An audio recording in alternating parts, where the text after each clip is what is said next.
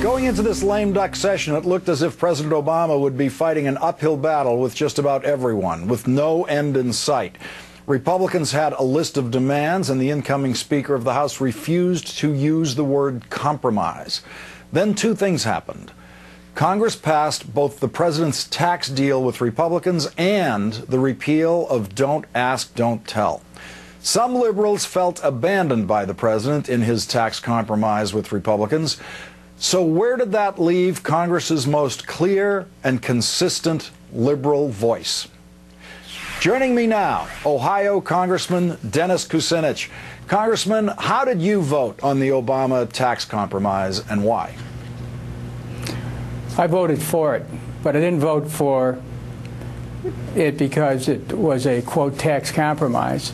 Unemployment is very high in my district in Cleveland, and I couldn't go back to my district and look at all these people who are trying to survive, not get more tax breaks so they can put more money away, but who are living paycheck to paycheck before they lost their jobs, and then once having lost their jobs, they live on unemployment compensation. How can you tell people that, well, you know, the rich are getting richer with this deal, but, you know, we'll take care of your problem later on after we fight that battle? No, I had to vote to make sure that people who are struggling to survive have a means of surviving for the next year and more.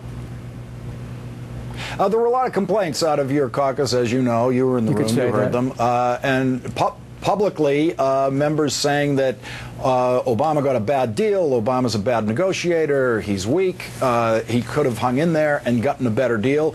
Do you see, in retrospect, a route to a better deal that you could have been led to a better deal either through congressional leadership or the president?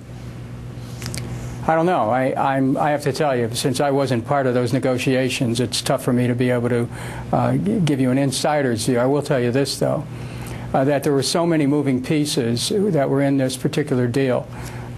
Somebody obviously thought that the concerns of people like myself would have to be addressed by dealing with the unemployment compensation. Then how do you balance that against return to the Bush tax cuts?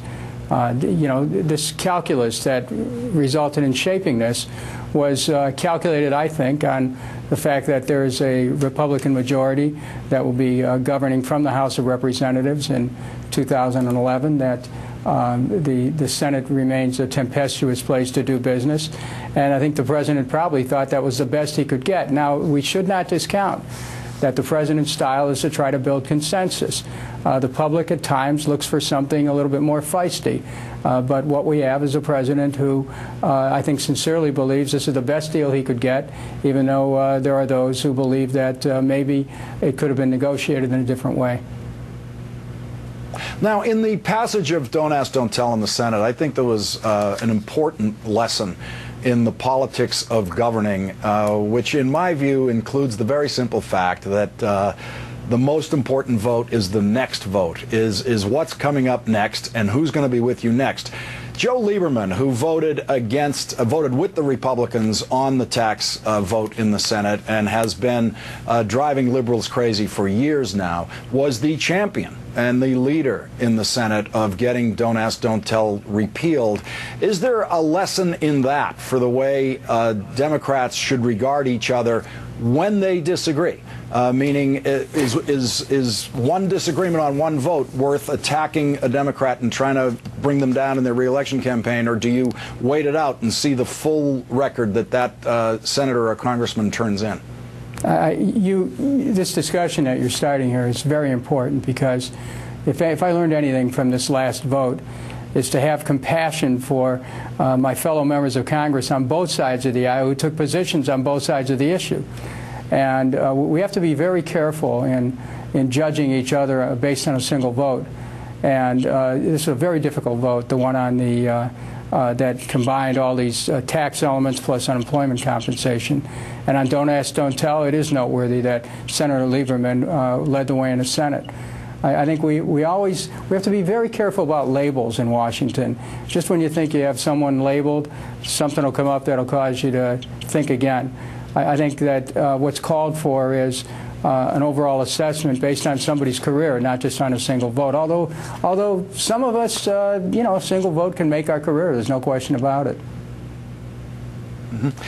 Congressman, as you know, there was a tremendous disappointment in Barack Obama for going along with this deal on extending the top tax brackets, the Bush rates. There was an op-ed piece in the Washington Post by Michael Lerner who said that the real way to save the Obama presidency is to challenge him in a 2012 Democratic primary in order to keep him honest, in effect, to Democratic Party ideals.